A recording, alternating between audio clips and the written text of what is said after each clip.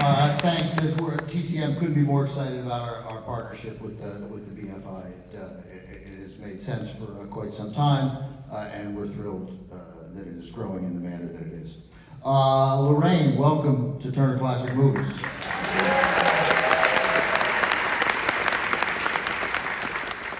Before we start, I just want to know, how many people here have not seen Jaws? Look at that, look at that. I don't want, well, one spoiler. The shark did it. He's the one responsible for all the deaths in the ocean. Lorraine, where were you in your career, in your life, when you landed this role as Roy Scheider's wife? I didn't realize that this was going to be the last film that I did. I had many years of little theater, the 99-seat rule, and the many years of guesting on television shows. And in my life, I was wonderful. I had my family, my 2 sons, who have since produced many grandchildren and great-grandchildren, and I had Sid, and that was really nice. Your husband, Sid Sheinberg. Yes, Sid Sheinberg. Very powerful and influential. He was hot. He was he was a very handsome Jew. We all know each other. Say, I regret it immediately.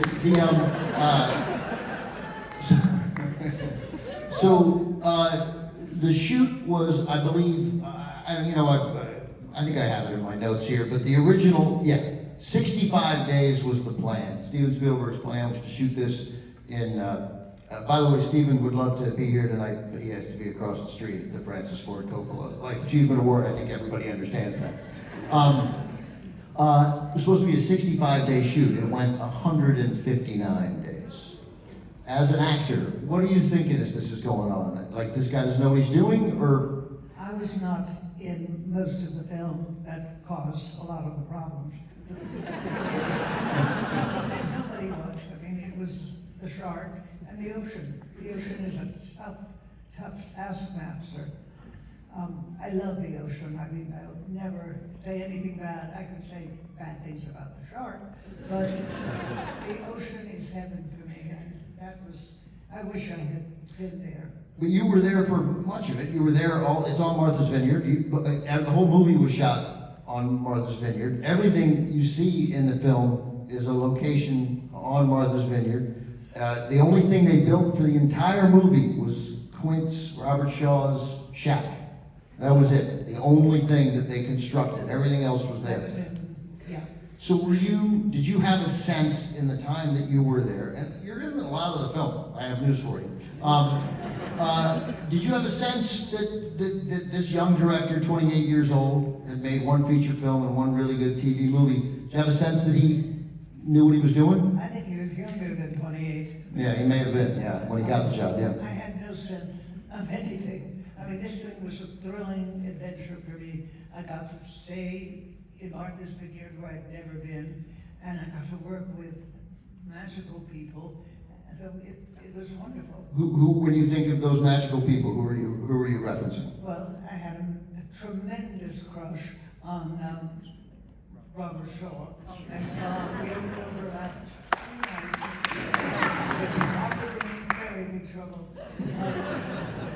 Another magical person was Verna Fields, who really did most of the editing, and she was fabulous. A wonderful woman, a big heart, and extraordinary talent, and I miss her. Did you, I read today, or maybe I'd known it before, but both in the novel and in early drafts of the script, which you may not have ever seen, there was going to be an affair between Mrs. Brody and Matt Hooper, the Richard Dreyfuss character. Yeah, Rick, yeah. We were not deep friends. Same high school. You went to the same high school? Yeah, Beverly High. That's where my father went also. What? That's where my father went as well. I was what? My father went there too. Oh, you're kidding? Yeah, he's class of 1941, yeah. And what school did you go to when you were at Columbia? I went to the, yeah, that's right, you were a Columbia graduate, I went to the journalism school at Columbia. Thank you for allowing me to say that in front of you. The Columbia Graduate School of Journalism, very prestigious, yeah, hard to get into. I went to the School of Dramatic Arts, and then the second week I was in school, in the dorm. The date I had, he canceled because he had gotten engaged that day. My hair was free, I was ready, but a friend came over and said, listen, there's a fraternity house thing that's going on. Do you want to come with me? I said, sure, my hair looks good. What else is it? And that was the most incredible thing that has happened in my life, other than my grandchildren. And it was a 2-bedroom apartment on 111th Street on Broadway. I lived at 119th in Amsterdam. You would? I lived at 119th in Amsterdam when I was there. And well, Yeah. our first apartment was on 600 West 115. I won't betray your address, but what I learned backstage is that Lorraine and Sid lived on the same street that my father grew up on, like 6 houses away from each other, in Beverly Hills, which is stunning. So it is an enormously small world. All right, so we got Richard Dreyfuss out of the way. The actor you worked with most, of course, though, was Had I what? the actor you worked with most in the film was Roy Scheider, of course. What were your thoughts on Scheider? Roy and I didn't like each other, truthfully, and he was insulted. Can I just interrupt and say you were a fantastic guest? This is so good.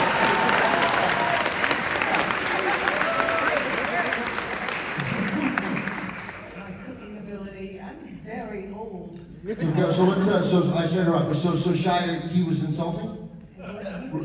He didn't like the fact Steven set up a shot where we the 2 heads, Roy's head and my head, and Roy turned to me and he said, "Your head is so much bigger than mine." My darling husband on the screen.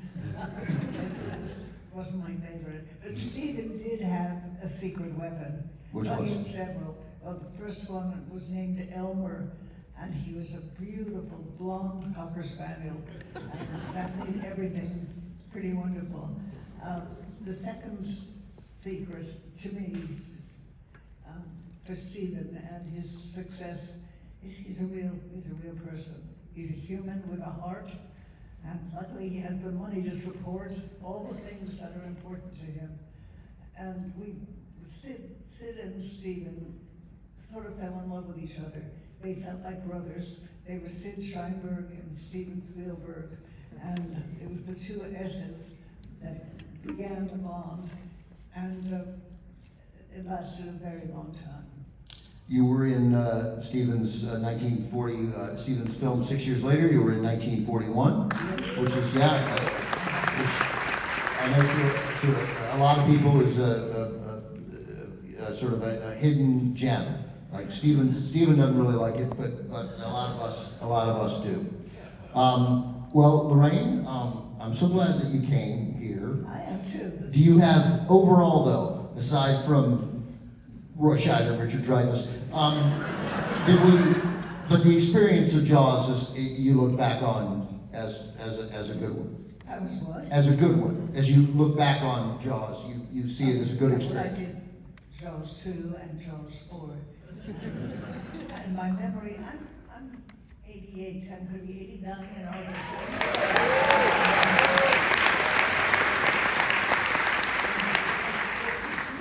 About what happened with which picture, but I did love Martha's Vineyard. I was there in every season. We flew in for whatever shots had to be made.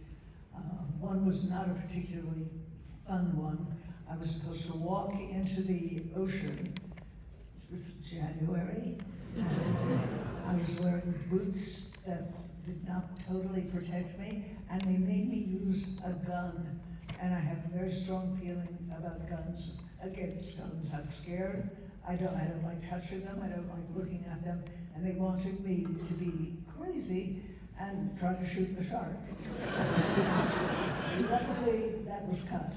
Yeah, I don't think that was in the first Jaws. No. Yeah, and I don't recall that. So you guys are about to see this wonderful British print.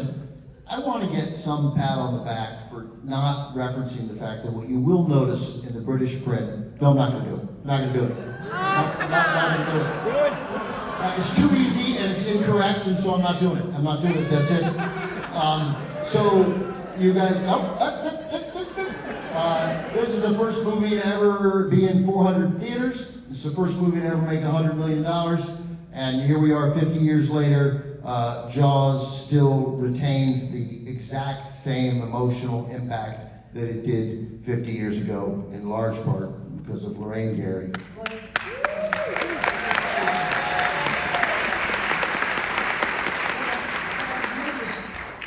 Watching all of Steven's movies, he is absolutely brilliant in establishing relationships between the actors in a real situation or a pretend real situation. And my favorite scene was the dining room scene where we had dinner, and he gave us such freedom.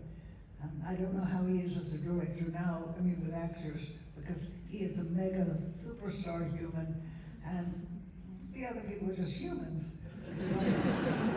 He was great to work with. We knew him by accident. I had my second child, who is here tonight, and I won't say how old, but he's gorgeous and married to a beautiful woman. And I was going out of my mind because my first child was a little hellion. He was awful.